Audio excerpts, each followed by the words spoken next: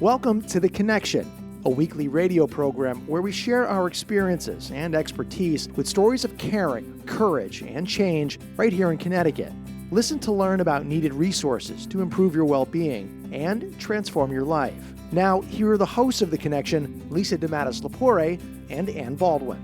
Well, good morning, everyone, and welcome to another edition of The Connection right here on WTIC News Talk 1080.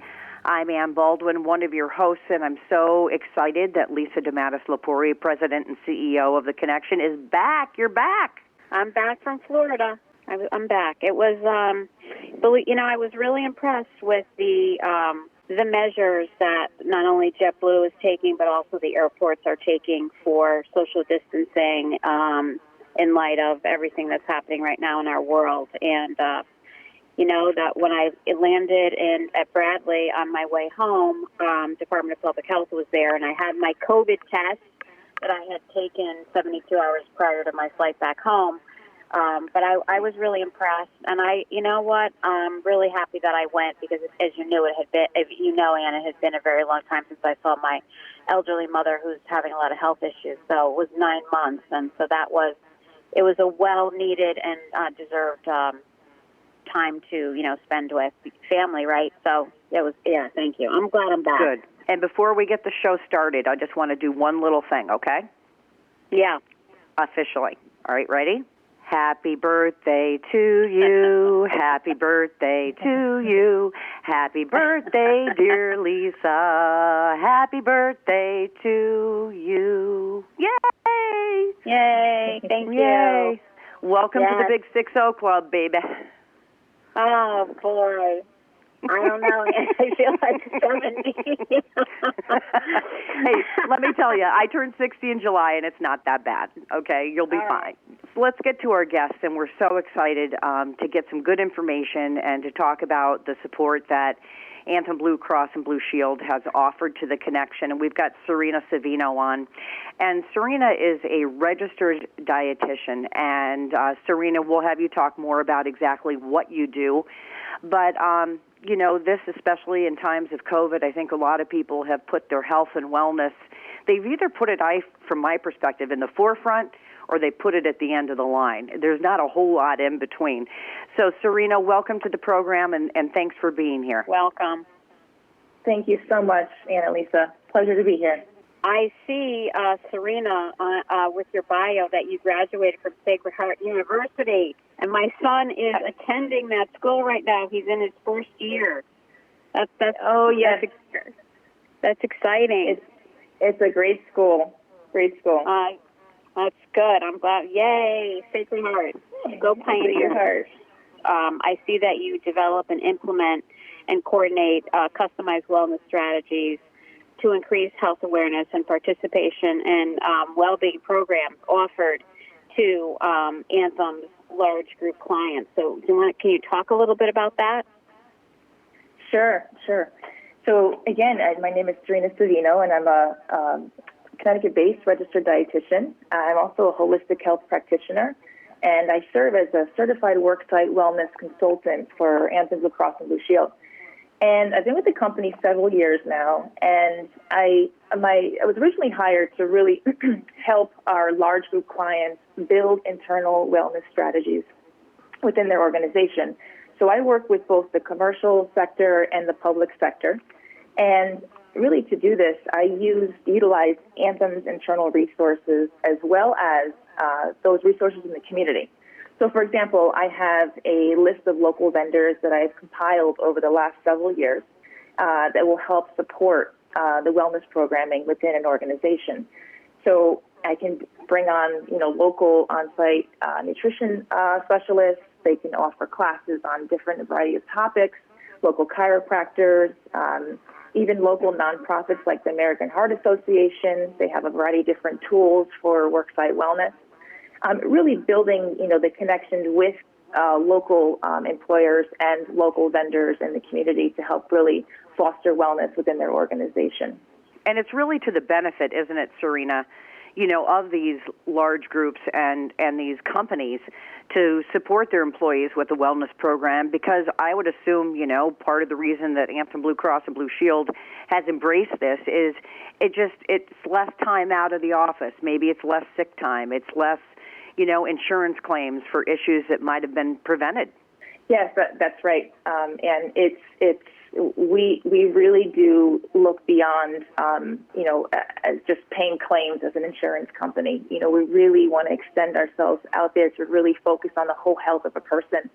And, bringing on a role such as that I'm in now, other Anthem states also have this role. And we find that our clients find it so very helpful to have an expert within the Anthem organization that will help them build these wellness strategies, because everyone's talking about wellness at this point. We all want to feel better. We all want to have thriving employees within our organization. And, it's really critical to the bottom line to a business. Wellness is really such a key part in for all of us, and I know for my employees at the Connection. Tips on, what are wellness tips, and what are the things, the daily routines and rhythms that you can do every day to how do you start your day, and how do you stay focused, and how do you take care of yourself.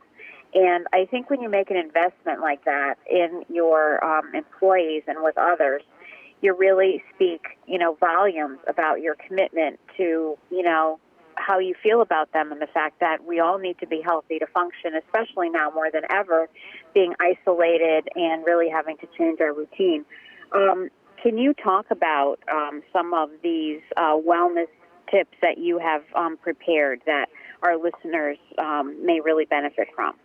Some personal wellness tips that I have that I often share with a lot of my own clients, and one that's really kind of near and dear to me, is really to start your day with a healthy morning routine.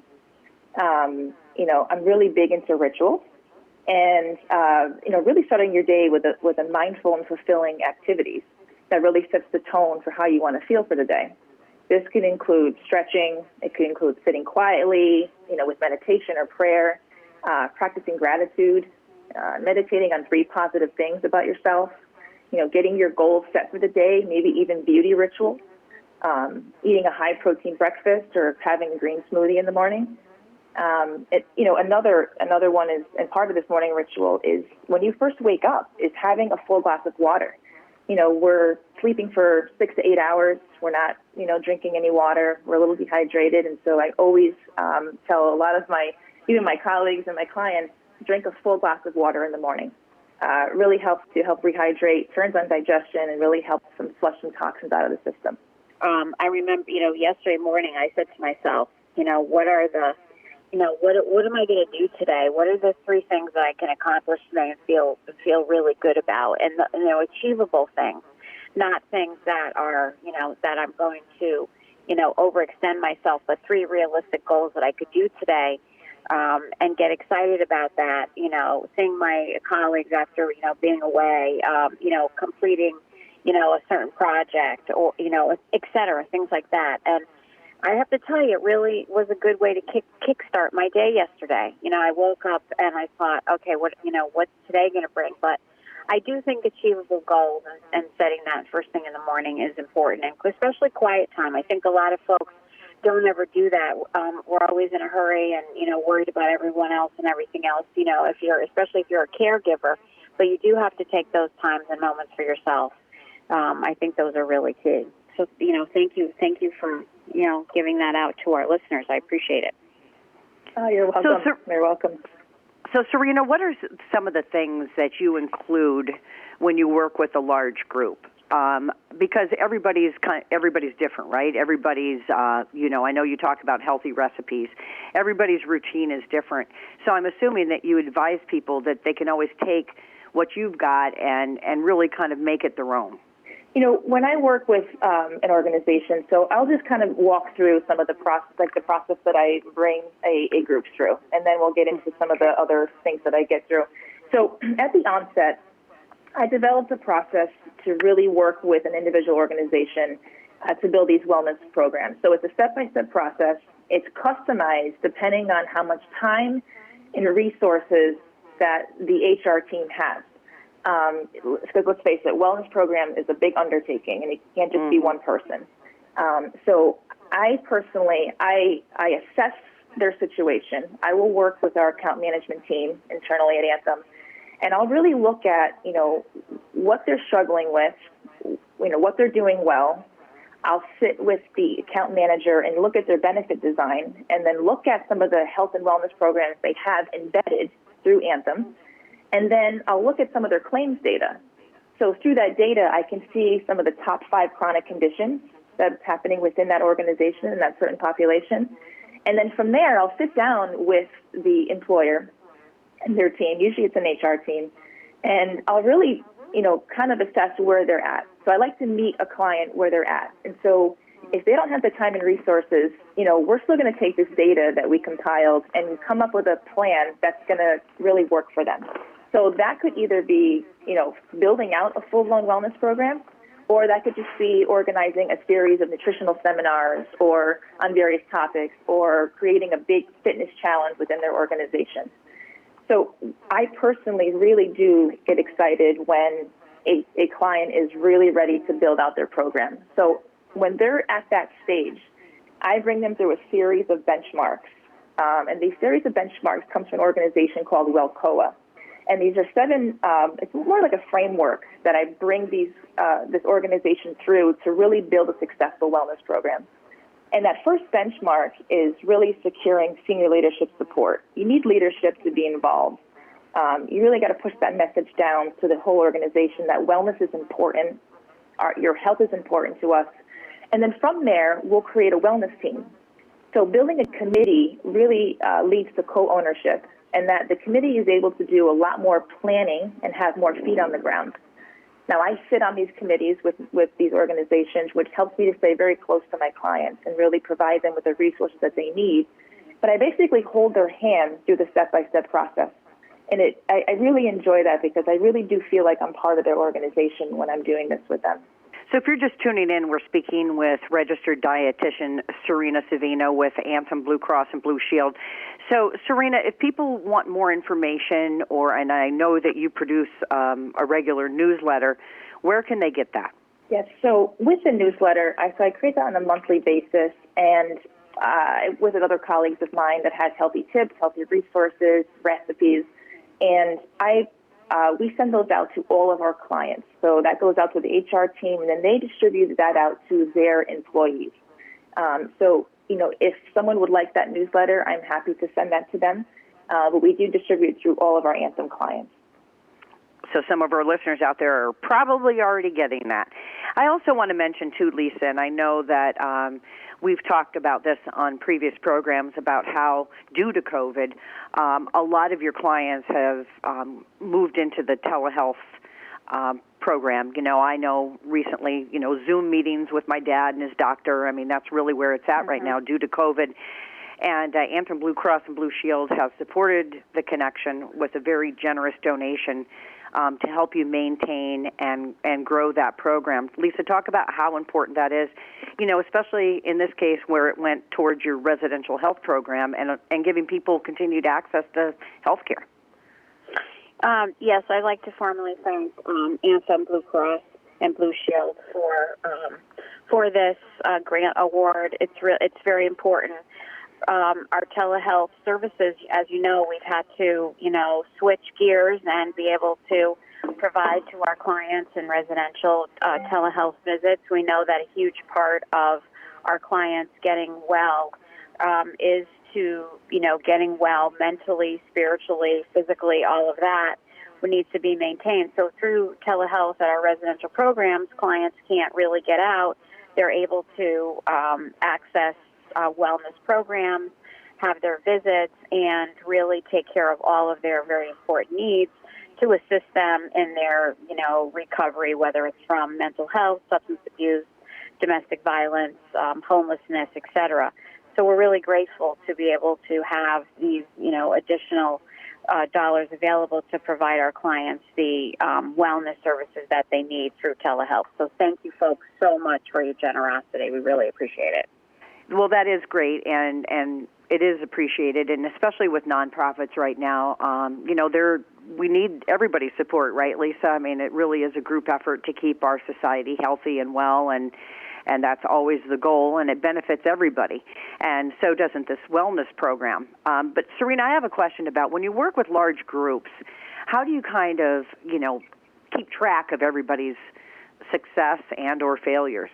So part of that process I was speaking about is continuously monitoring and evaluating how the group is doing.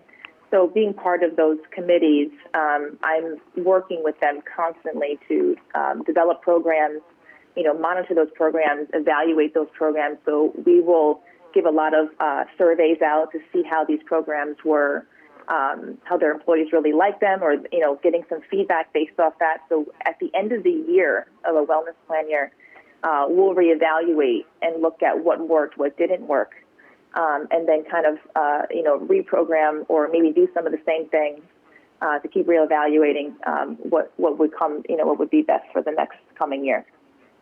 And you've been doing this for a while. Can you just share with our listeners, some of the successes that you've had over the years? What have you seen?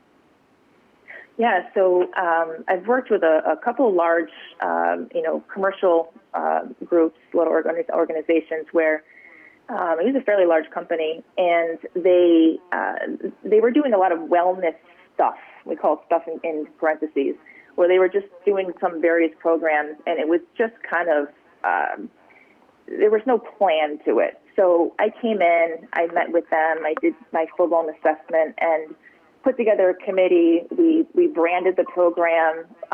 We created a mission statement, a vision statement, working with a lot of people from different parts of the organization.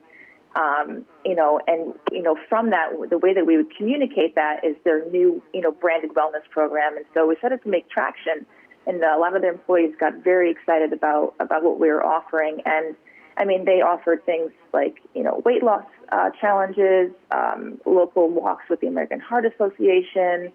There was, we revamped the cafeteria and, put, different types of color coding of stickers of what was low sodium or high fat. So there was a bunch of different things that we did, and it was a huge success. And this was a fairly large company. So, the larger the company, it is a little more challenging to get some of this stuff done. But it was very, very successful to the point where they won a wellness award, multiple awards over the last 4 years.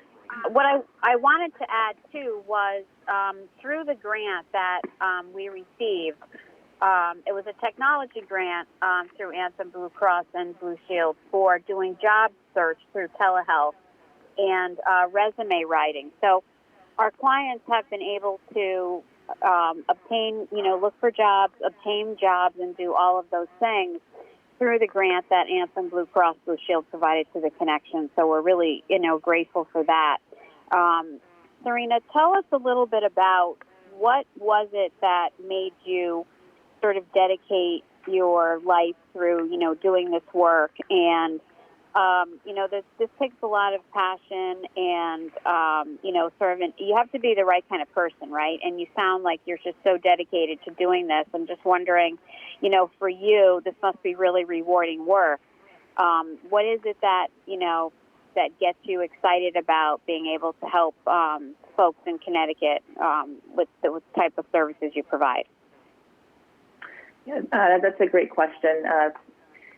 So for myself, I've always been a person that wants to help and serve other people. My passion for cooking started when I was 5 years old. So food to me is just the most exciting thing ever, and I love to eat. I come from an Italian and Puerto Rican background, so you can imagine the abundance of food growing up. So, through my life, I wanted to become a chef. I wanted to open a restaurant, and I went to culinary school after I graduated from Sacred Heart, and I went to culinary school in Florence, Italy, and stayed there for about a year. And it was a turning point in my life. I was about 24 years old, and living in a different country and learning about food and learning about lifestyle and learning about how people live and kind of comparing it to how we live in America and what the food supply is here. And I was just completely taken away by how the Italian culture lives. They really, truly love food, and they cherish life. And so I really learned at first I learned that I did not want to become a chef and want that life, but I got so passionate about cooking and nutrition that I wondered why, a lot of the Italians were walking around eating pasta every day, and you didn't really see any obese people walking around. So it really sparked an interest in me, a very strong interest and passion. And when I came home, I went back to school to become a certified holistic health counselor, and then needed more schooling and became a registered dietitian. So it was my own personal transformation and shift within myself that really pushed me to really, try to make a difference. That we need some help here. We have a lot of sick people, through chronic conditions that are happening in America, and a lot has to do with diet and lifestyle. So anything that I can do to help in any way that I can is just so rewarding for me. And I feel so blessed that I received this job at Anthem several years ago, that I get to have an impact on a very large scale. So, working with my groups is so satisfying. And the fact that even they have a successful program, when I get feedback how one person's life changed, it makes my job so rewarding. So rewarding. I can hear the passion, and that's why I asked that question, because it's evident that you are just so committed and passionate about this amazing work that you do, and I appreciate you sharing that, because it really comes out strong. And I wanted to ask you about, so I understand that you wanted to talk really quickly about a couple of recipes. One was the paleo chocolate hemp banana bread. Yep. So how can people, access these recipes, or can you talk a little bit about the importance of recipes and really eating well, and how that, attributes to people feeling better every day? Yeah, so these recipes that I've picked out, the banana bread is one of my all-time favorites, and I put that in one of my newsletters. And it's a healthier version of our decadent banana bread that we all love. But having a healthy recipes, a lot of people have a hard time cooking and just preparing food. They don't know what to cook. They don't even know what healthy is. So, kind of researching and looking for healthier recipes that are quick and easy can save a lot of time. And, I wish I can send this newsletter out to everyone that I know, and I'd be happy to share some of these newsletters with anyone else. But, having access to these quick, easy recipes will kind of make life a little bit easier for some people, especially with busier schedules. But with this banana nut bread, this is one of my personal favorites, and I consider it more paleo because it's gluten-free, it's sugar-free, it's grain-free. Wow. It's only sweetened with bananas.